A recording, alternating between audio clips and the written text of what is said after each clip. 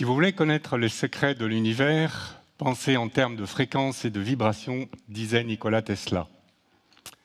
J'ai compris le sens de cette phrase il y a à peu près 20 ans, quand en 1989, j'ai découvert l'influence de la musique sur les végétaux et sur les animaux. J'ai eu la chance pour cela de grandir dans une exploitation agricole qui m'a permis de faire mes petites expériences. Et très tôt, je commence dès l'âge de 16 ans à faire des expériences sur les animaux en diffusant de la musique de variété. J'obtiens un peu de résultats satisfaisants. Plus tard, j'entreprends d'autres résultats qui me donneront finalement beaucoup de satisfaction, puisque j'utilise la musique de Beethoven et de Mozart à raison de 2 heures par jour sur des groupes de 12. Et très vite, j'obtiens des résultats étonnants. Les animaux sont plus zen, plus joueurs, ils recherchent beaucoup plus facilement le contact de l'homme. Quant aux animaux qui produisent du lait, il est de meilleure qualité, le lait est plus abondant. Pour les végétaux, ils sont plus denses, plus éclatants, plus florissants. Poussé par cette petite réussite, je continue à faire des recherches, j'emploie ensuite des musiques de méditation et d'ambiance. Et là encore, je tombe vraiment vers des résultats étonnants.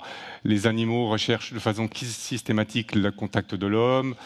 Ils sont vraiment beaucoup plus doux dans leur comportement. En général, ils sont un poil beaucoup plus brillants. Enfin, il y a vraiment quelque chose qui change dans les musiques de méditation et d'ambiance. Simplement, il y a un moment donné, je me pose des questions. Je me dis pourquoi cette musique fonctionne.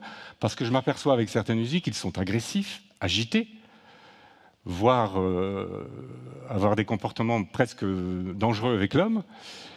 Et là, je m'interroge vraiment beaucoup pourquoi cette musique, pourquoi d'autres. Et là, par le plus grand des hasards, en 1999, j'écoute une fois de plus un morceau de John Lennon et je découvre que le La est accordé à 432. Et là, je me dis, mais comment se fait-il? Nos musiques d'aujourd'hui sont accordées à 440. Et je cherche, j'essaie de trouver des correspondances et je m'aperçois qu'au fil des siècles, on a modifié beaucoup les fréquences musicales. Et en recherchant toujours, je m'aperçois que finalement, en 440, je ne trouve rien qui me donne du résultat, en tous les cas, sur le plan connaissance entre le lien et l'homme en fréquence 440. Par contre, j'en trouve beaucoup en 432. J'en trouve énormément. Et je vais vous parler de la première que j'ai trouvée. Quand on accorde la musique à 432, la Sol est à 384 Hz.